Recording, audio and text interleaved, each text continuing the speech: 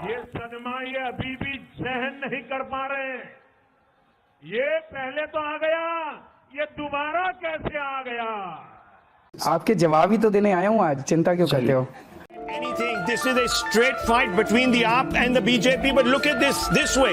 From 3 to 26, viewers, this is not a cakewalk for the Aam Aadmi Party. And if it can go up to 26, then it can easily go up to 35. So these are straight AAP losses. 23 AAP losses backed by the BJP. It's not over. It's not over. I'm quite struck by the fact that you have decided to stick very narrowly to the development agenda. There is another political party, the BJP, that is also running a campaign. Their campaign is going to be focusing on nationalism, Hindutva, which means that they will be focusing on CA, they'll be focusing on Article 370. I'm like, कौन मांगा?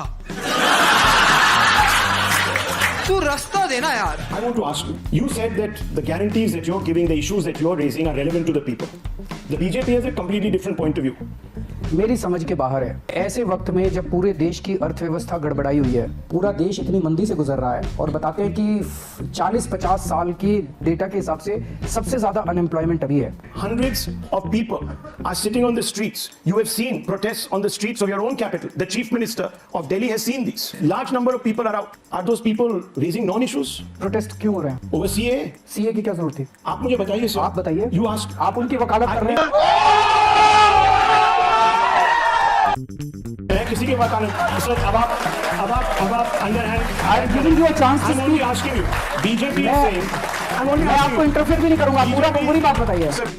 Why are they on the streets? They are on the streets because there is CA and NRC. Where do you stand on that? That is exactly CA और NRC की जरूरत क्या थी? मैं तो आपसे यही पूछ रहा हूँ। Where do you? CA और NRC की जरूरत क्या थी?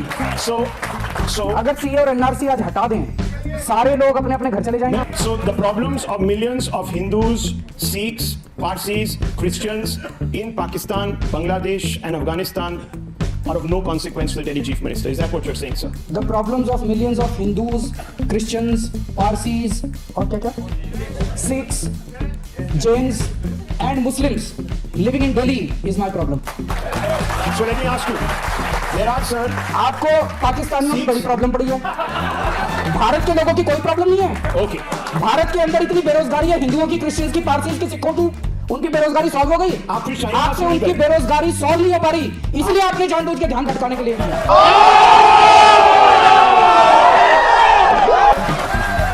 आप फिर शाहीन बाग क्यों नहीं गए सर? क्या जरूरत है? शाहीन बाग क्या जरूरत है? मैं आपसे पूछ रहा हूँ सर। आज तमाम इंटेलेक्चुअल जाते हैं। आप कहते मैं क्यों जाऊँ? मैं आपसे एक चीज पूछना ये नहीं जाएंगे।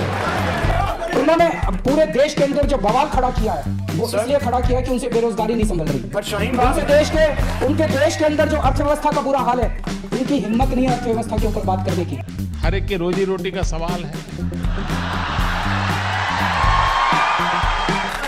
वो लोग इतने पावरफुल हैं, इनका चैनल बंद करा देंगे। इसलिए सारा दिन सुबह से शाम तक केवल और केवल हिंदू और मुसलमान, हिंदू मुसलमान, एक मिनट मुझे बोलने दीजिए, केवल 24 घंटे हिंदू मुसलमान करते हैं। ये देश सारे धर्मों से बना है, सारी जातियों से बना है। इस देश के लिए हर व्यक्ति अपनी जान कुर्बान करने के लिए तैयार है। ये देश कैसे आगे बढ़ेगा? ये देश तब आगे बढ़ेगा जब इस देश का हर बच्चा शिक्षित होगा। ये देश तब आगे बढ़ेगा जब इस देश के अंदर स्कूल, अस्पताल, यूनिवर्सिटी, कॉलेज बनाए जाएंगे। ये देश तब आगे बढ़ेगा जब इस देश के अंदर साइंटिफिक कैंपर बढ़ाया जाएगा। ये देश सीए और एनआरसी से आगे नहीं बढ़ने वाला। ये देश में सीए और एनआरसी केवल और केवल हमारे लोगों को बांटने के लिए किया गया है, लेकिन हमारे देश के लोग बहुत महान हैं, वो कभी भी बटने नहीं वाले। वो इनके और बीजेपी के मंसूबों के ऊपर पानी फेरेंगे। Let me ask you. You have given an election speech. Thank you for providing me the platform.